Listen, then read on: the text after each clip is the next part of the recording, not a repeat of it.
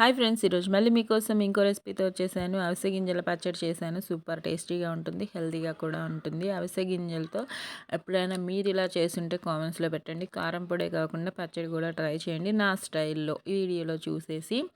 నచ్చితే లైక్ చేయండి. ఎండుమిర్చి మాత్రం ఒక 10 12 దాకా తీసుకున్నాను. మా ఇంట్లో తినే వాళ్ళ స్పైసీని బట్టి తీసుకుంటూ ఉంటాను. మీరు తినే కారాన్ని బట్టి ఎండుమిర్చి అనేది తీసుకోండి.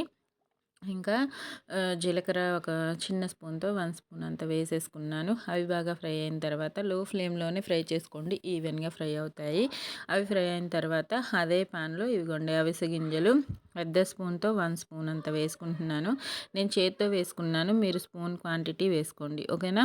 లో ఫ్లేమ్‌లోనే ఫ్రై చేసుకోండి ఇవి కూడా.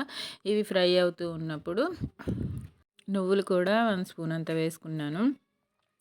సేమ్ యాజ్ ఇట్ ఈజ్ అవిసె గింజలు వేసినంతే నువ్వులు కూడా వేసేసుకున్నాను. ఇవి 2 వేయడం వల్ల పచ్చడి టేస్ట్ బాగుంటుంది. హెల్త్‌కి కూడా చాలా చాలా మంచిదనమాట నువ్వులు తినడం కూడా. ఇంకా మనం విడిగా తినమంటే మా పిల్లలు ఇష్టంగా తినరు. అందుకని నేను ఇలా పచ్చడి రూపంలో ఏదైనా తినిపించి ఏదో ఒక రూపంలో పిల్లలు తినాల్సినవి తినిపిస్తూ ఉంటాను. టొమాటోస్ 4 తీసుకున్నాను. కనిపిస్తున్నాయి కదా, మీడియం సైజ్వి 4 టొమాటోస్ సరిపోతాయి. మీకు స్పైస్ ఎక్కువగా ఉంటే ఎండుమిర్చి తగ్గించుకోండి.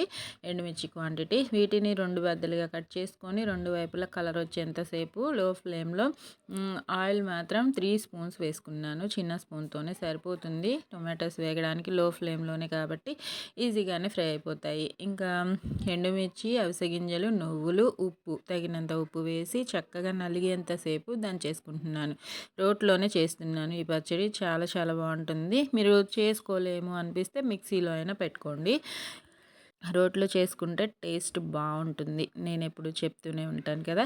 ఇలా బాగా నలిగిన తర్వాత మిక్సీలో మీరు కావాలంటే ఇలా పౌడర్లా పట్టుకోండి. నేను రోట్లోనే దంచుకున్నాను. ఇంకా వెల్లుల్లి మాత్రం ఒక గర్భం అంత తొక్కులేం తీయలేదు. పైనున్న పొట్టు తీసేసుకొని వేసేసుకుంటున్నాను. చిన్న నిమ్మకాయ సైజ్ అంత చింతపండు సరిపోతుంది. వెల్లుల్లి, నిమ్మకాయ సైజ్ అంత చింతపండు వేసి చక్కగా నలిగేంత వరకు దంచేసుకుందాము. అది కూడా బాగా నలిగింది అనుకున్న తర్వాత ఫ్రై చేసి పెట్టుకున్న టొమాటో పీసెస్ని కూడా వేసుకుంటున్నాను.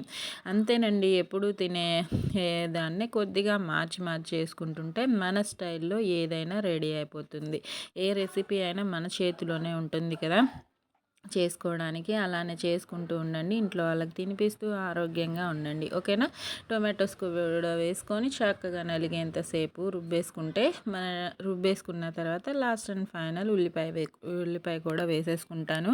రోటి పచ్చళ్ళల్లో ఉల్లిపాయ వేసుకుంటే చాలా బాగుంటుంది. ఈ పచ్చడికి తాలింపు ఏం వేయట్లేదు. ప్రతి పచ్చడికి తాలింపు వేసేంత అవసరం ఉండదు. ఎందుకంటే దాని టేస్ట్ ఫ్లేవరు మిస్ అవుతూ ఉంటాము. ఎప్పుడు వేసుకోవాలో ఏ పచ్చడికి వేసుకోవాలో వాటికే వేసుకొని చేసుకుని తింటూ ఉండాలి. పచ్చడి అయితే సూపర్గా ఉంది. నేను చెప్పడం కాదు, మీరు ట్రై చేయండి. చేసిన తర్వాత ఎలా వచ్చిందో కామెంట్స్లో పెట్టండి. నచ్చితే లైక్, షేరు, కామెంట్, సబ్స్క్రైబ్ చేసుకోండి. చూడండి, ఎర్రగా రోట్లో నూరితే ఈ టెక్స్చర్ వస్తుంది. మిక్సీలో పెడితే అదేదో అన్యాచురల్గా చేసామన్న ఫీలింగ్ వస్తుంది.